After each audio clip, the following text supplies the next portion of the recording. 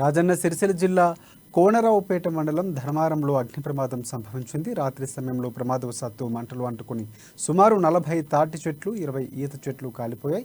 ఇక సమాచారం అందుకున్న అగ్నిమాపక సిబ్బంది మంటలు ఆర్పేందుకు ఫైర్ ఇంజన్తో ప్రయత్నించారు. ఇప్పటికే చెట్లు పూర్తిగా కాలిపోయాయి. ప్రభుత్వం తమను ఆదుకోవాలని గౌడ సంఘం నాయకులు విజ్ఞప్తి చేస్తున్నారు.